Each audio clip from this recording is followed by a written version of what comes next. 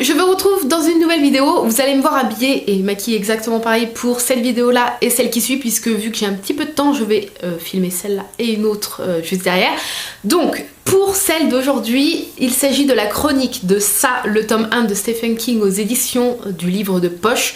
Donc voilà, je vous avais présenté le coffret dans un book haul, c'est un coffret cartonné, enfin une petite boîte avec les deux tomes, le tome 1 et le tome 2, et le travail d'édition est juste fabuleux, hein. C'est ça un peu qui m'a fait craquer, et parce que ça faisait longtemps que je voulais lire du Stephen King, et particulièrement cette histoire, donc voilà, je vais vous montrer. Si on regarde de face, on voit pas cette silhouette là, mais on la voit en surbrillance, les dorures rouges, du coup c'est plus des dorures, mais vous voyez ce que je veux dire. Voilà. Sublime, j'adore cette édition, enfin je les trouve trop beaux. Alors c'est un bon pavé puisqu'il fait 799 pages. Donc pour vous situer un petit peu mon rapport avec cette histoire, comme pas mal je pense, si vous êtes un petit peu de ma génération, c'est-à-dire je suis née en 88, donc fin 80, tout 90, vous avez peut-être comme moi étant gamin vu le film, peut-être même trop jeune comme beaucoup, comme moi. Je sais plus comment moi je l'ai regardé, je crois que c'est quelqu'un de ma famille qui me l'avait fait regarder, mais je devais être beaucoup trop jeune sûrement, puisque ça m'a traumatisée, voilà, ça marche aussi si on le dit comme ça, puisque après j'ai développé une phobie des clowns, c'est un peu comme Chucky, je l'ai regardé trop jeune, ça m'a traumatisée, et j'avais peur des poupées parlantes en plus. 90-91 c'était le début, vous savez, des grandes poupées qui parlent et tout, du coup voilà.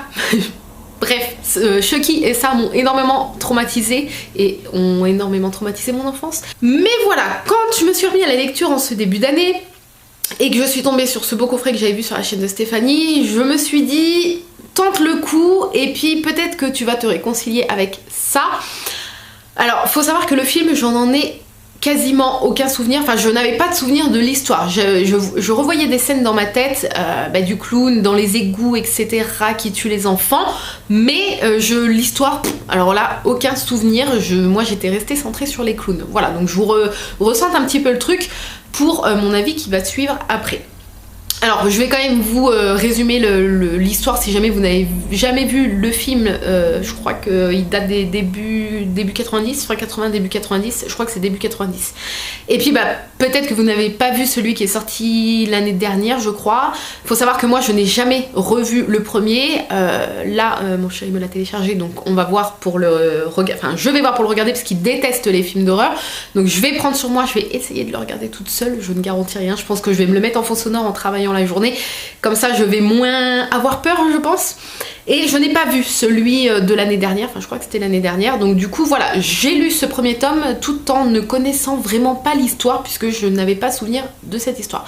Donc on retrouve une bande de potes, ils se prénomment eux-mêmes le Club des Ratés, ils sont 7, une fille et 6 garçons. Au tout début du bouquin, on retrouve la fameuse scène, ça je m'en souvenais, du petit garçon dans son ciré jaune qui joue, il y a une inondation dans la ville de Derry, je crois que c'est Derry la ville, hein, ça doit être ça, oui c'est ça. Et il joue avec un petit bateau en papier dans les égouts, il le fait flotter, et puis là il voit le clown dans la bouche d'égout. Voilà, ça commence direct là-dessus, je me suis dit waouh, trop bien et tout, enfin j'étais à fond dedans. Donc on commence avec cette scène-là, donc déjà bon, je me suis dit waouh, ça attaque sévère parce que ça c'était le détail dont je me souvenais, donc voilà, ça commençait bien. Et puis du coup on est donc dans les années 57, je crois qu'on est en 1957 au tout début, oui c'est ça. Et on voit que donc ce petit garçon meurt et après on arrive en 1980 et quelques, donc 27 ans après à peu près, et on se rend compte qu'il y a un seul des 7 enfants qui est resté dans la ville de Derry, les autres soit les parents ont déménagé, soit eux plus tard étant adultes sont partis, et les meurtres ont recommencé 27 ans après, et ce petit garçon qui est resté, lui qui est toujours resté dans la ville puisqu'il est bibliothécaire de la ville maintenant, il travaille à la bibliothèque, je crois qu'il est bibliothécaire, oui. Il va rappeler ses potes puisque il s'était fait un pacte 27 ans avant, quand ils étaient gamins, ils avaient 11, 12, 13, 14 par là. Ils s'étaient fait un pacte de sang, et ils s'étaient promis de se réunir si les meurtres recommençaient et si ça revenait. Et du coup, il les appelle un par un et on est directement plongé là-dedans. J'ai adoré le fait de voir la réaction de chacun quand celui qui est resté à Derry les appelle pour les prévenir. Donc faut savoir qu'ils se sont pas parlé depuis toutes ces années, ils ne savent pas si les autres sont encore vivants, ce qu'ils sont devenus, etc. Mais lui, en fait, il a enquêté sur la vie de chacun de ses potes, enquêté entre guillemets, il s'est un peu renseigné sur qui fait quoi, machin, enfin voilà. Lui a suivi un petit peu l'évolution de ses amis au travers de leur vie, et du coup il les appelle chacun leur tour, et ce que j'ai adoré c'est de voir la réaction de chacun face à cette annonce. Et c'est là qu'on se rend compte qu'ils ont été traumatisés, et comme je vous ai dit sur Instagram, traumatisés, le mot est faible, très faible. Et voilà, il les rappelle, ils se réunissent tous qu'à la fin des 800 pages pour le tuer. En fait, ils s'étaient promis que si ça recommençait, ils allaient se réunir pour le tuer. Du coup, tout le livre, c'est l'annonce. Donc on suit l'annonce du retour de ça auprès de chaque personne et leur retour à Derry. Ils reviennent tous à Derry. Donc bien sûr, tout ça, c'est très très très étalé puisque les chapitres sont entrecoupés de leur enfance, puisqu'on apprend à les connaître chacun des 7. On apprend à savoir comment ils se sont rencontrés, puisque même s'ils habitent dans la même ville, plusieurs ne se connaissaient pas entre eux, donc on voit la manière dont ils se sont rencontrés et les aléas qui ont fait que ils sont devenus amis, puisqu'il y en a qui sont devenus amis parce qu'ils se sont défendus entre eux par rapport aux caïds de l'école, etc., etc. J'ai adoré le fait qu'on apprenne à les connaître dans leur enfance jusqu'au meurtre je crois qu'il s'appelait Georges, le petit garçon dans son ciré jaune, qui est le frère d'un de la bande, d'un des 7. Et du coup, j'ai trouvé ça super intéressant. Au début, j'étais un peu paumée, le fait qu'on passe des années 50 aux années 80, etc., etc. Mais voilà, on s'en sort très très bien, surtout que dans le haut des pages, il y a toujours, sur chaque page, vous voyez, il y a toujours en fait l'intitulé du chapitre entre guillemets et la date. Donc si jamais on se dit attends là déjà on est quand, on arrive tout de suite à recentrer le truc. Et du coup on apprend aussi comment chacun des 7 étant gamin ont eu un rapport avec le clown, comment ils l'ont rencontré entre guillemets, le rapport que le clown a eu avec eux, comment ils ont pris connaissance de sa présence. Et j'ai trouvé ça mais super intéressant, puisqu'après quand ils se réunissent tous à la fin, ils ont de nouveau une apparition du clown, chacun à leur manière, tout comme ils étaient gamins. Parfois le clown prend l'apparence d'un loup-garou ou autre, et en fait il se comporte différemment avec chacun des enfants suivant le tempérament des enfants et tout, enfin voilà. À savoir que parmi eux, il n'y a que eux qui peuvent voir toutes ces choses là, le sang que le clown peut faire apparaître, ou même toutes les apparitions dégueulasses, ou l'apparence que lui-même peut prendre, il n'y a que eux qui peuvent le voir. Par exemple, à un moment, la seule fille du groupe, étant gamine, se penche au-dessus du trou de l'évier là, de sa salle de bain, du lavabo, et en jaillit plein de sang. Mais quand je vous dis plein, la scène nous est décrite, c'est assez glauque, il y en a partout, partout, partout. Et elle se met à paniquer puisque son père est très violent avec elle, et elle se dit je vais me faire tuer, il faut qu'elle nettoie et tout. Et en fait elle se rend compte que elle appelle son père au début, elle dit papa j'ai entendu des voix, parce qu'elle entend des voix avant qu'il y ait tout ce sang, et son père n'entend rien, et elle se rend compte qu'après son père ne voit même pas le sang, et voilà, ils se rendent vite compte qu'il n'y a que eux qui peuvent voir, voilà, ils savent pas pourquoi, mais il y a que eux qui peuvent voir toutes ces choses en rapport avec Gripsou le clown.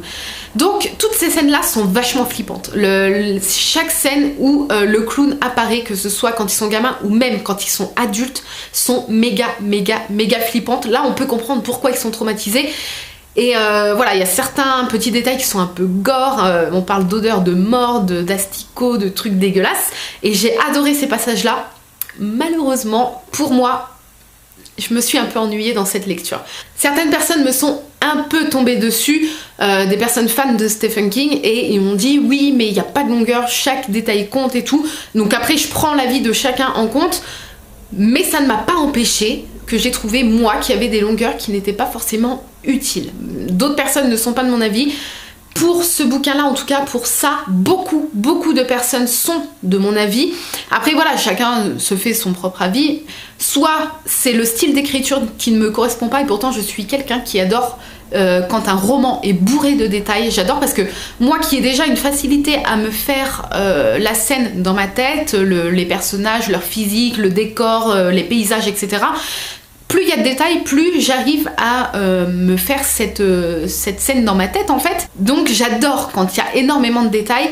Là, c'est pas les détails qui m'ont gêné, c'est le fait, par exemple, je vais vous dire un exemple tout bête, qu'on vous décrit une rue qui n'a aucun intérêt dans le roman et dans l'histoire, on vous la décrit pendant 2 pages. Voilà, je vous donne un exemple, mais c'est plein de petites choses comme ça qui font que à certains moments, je me suis ennuyée et j'ai trouvé que les scènes avec le clown, qui sont les scènes les plus angoissantes, ne sont pas assez présentes. Voilà. Faudrait que, du coup, comme là on a le film, il faudrait que je le re-regarde et que je puisse voir. Je sais que ça va être différent du bouquin comme tous les films. Mais voilà, le film, je pense qu'ils forcément ils n'ont pas pu, c'est sûr, caser tous ces détails et toutes ces longueurs. Donc voilà, à voir. Donc je ne sais pas, je sais que Stephen King est connu pour ses longueurs dans ses romans. Moi c'est le premier que je lis, donc je ne peux pas encore me faire vraiment mon propre avis. Je sais que voilà, je me suis ennuyée à plusieurs reprises, malgré que j'ai trouvé l'histoire vachement bien fichue. Tout est très bien ficelé, hein. C'est-à-dire que toute l'enfance des 7 plus leur vie adulte et tout, plein de choses, enfin tout concorde et on se rend compte de plein de choses à la fin du bouquin. L'histoire est vraiment tiré à 4 épingles, on se rend compte que Stephen King a vraiment pensé à tout. Voilà, et ça j'ai adoré. L'histoire, j'ai adoré. J'ai adoré le fait que les meurtres reviennent, qu'ils ne savent pas pourquoi, ils savent pas qui est ce clown, ils savent pas comment le tuer, ils ne savent pas pourquoi il y a que eux qui puissent voir tout ça, ils ne savent pas pourquoi ils sont tous concernés, enfin bref, il y a vachement de suspense, l'histoire est vachement bien, c'est juste que moi, personnellement, j'ai trouvé qu'il y avait trop de longueur. Je ne lis jamais les avis des bouquins avant de les avoir finis parce que je ne veux pas du tout me faire influencer, je préfère lire le livre et après, par exemple sur Livre Addict, quand je marque que je l'ai lu et que je lui donne sa note, je vais là lire les avis. Et un avis sur 2, même plus d'un avis sur 2, 2 avis sur 3 on va dire, les personnes ont trouvé qu'il y avait beaucoup trop de longueur. Et des personnes qui se disaient eux-mêmes fans de Stephen King ont trouvé eux-mêmes qu'il y avait beaucoup de longueur dans ce bouquin. Donc entre guillemets ça me rassure, parce que je me dis il n'y a pas que moi, voilà, bah après il y aurait pu avoir que moi, c'était pas très grave. Mais voilà, ça n'empêche pas que j'ai kiffé cette histoire. J'aurais aimé qu'il y ait peut-être 200 pages de moins et que certaines choses soient plus condensées et je pense que ça aurait été plus fluide et plus facile à lire. Après ça reste une histoire vachement bien, la fin nous laisse un peu sur du suspense et donne envie de lire la suite. Je ne vais pas l'attaquer tout de suite puisque je ne pensais pas déjà lire celui-là aussitôt, mais je pense que je le lirai quand même cette année parce que malgré qu'il y ait pas mal de longueur, je suis curieuse de connaître la suite et la fin de cette histoire. Après voilà, c'est mon premier Stephen King, je vais pas en lire tout de suite, là je sais qu'il y a le nouveau Sleeping Beauty qui est sorti, je l'ai mis sur ma wishlist parce que le résumé me botte vachement. Je ne sais pas quand est-ce que je l'aurai, mais voilà, il est sur ma wishlist, le résumé me tente bien. Mais après, le prochain que j'aimerais lire, parce que c'est celui que je ne connais pas l'histoire, je n'ai pas vu le film, et donc je n'ai bien sûr pas lu le livre, et j'en ai entendu de bons avis, et la 4e de couve me tente à fond, c'est Shining. Voilà. Apparemment, il est pas mal flippant, le fait que ça soit un huis clos et tout, moi, c'est le genre de truc que j'adore. Donc, on verra, il est sur ma wishlist, on verra si je l'ai cette année, peut-être que ça sera le prochain Stephen King que je lirai. Je ne suis pas fermée à cet auteur, bien évidemment. Peut-être que c'est comme je vous ai dit, peut-être que c'est vraiment son style d'écriture qui ne me correspond pas, peut-être que d'autres aiment énormément quand il y a beaucoup de longueur et ça ne les ennuie pas. Moi en tout cas dans ça m'a un peu ennuyé. Peut-être que dans d'autres bouquins de Stephen King il y a aussi des longueurs mais elles sont peut-être moins ennuyantes ou il y en a peut-être moins, ou voilà, je me ferai mon propre avis. Mais comme je vous ai dit, voilà, je suis pas fermée, le prochain que j'aimerais lire c'est Shining et puis on verra. Peut-être que j'adorerais ces autres bouquins. Mais en tout cas, ça l'a moyennement fait avec celui-là. Non pas que j'ai pas aimé l'histoire, j'ai juste pas aimé les trop nombreuses longueurs et les trop peu de scènes avec le clown. Voilà. Sur ce, dites-moi si vous aussi vous avez été traumatisé par le film dans votre enfance. Est-ce que vous avez vu l'édition de 2017, enfin la version de 2017, est-ce qu'elle est flippante? Parce que du coup, si je regarde le premier, peut-être que je regarderai le second, enfin le dernier qui a été fait, on verra. Et puis si vous avez lu le livre, est-ce que vous avez trouvé qu'il y avait beaucoup de longueur ou pas? Est-ce que si vous ne l'avez pas lu, c'est un bouquin qui vous tente? Voilà, je suis curieuse d'en savoir un petit peu plus. Et puis voilà, quant à moi, je vous laisse ici et je vous dis à très bientôt dans une nouvelle vidéo. Bye bye!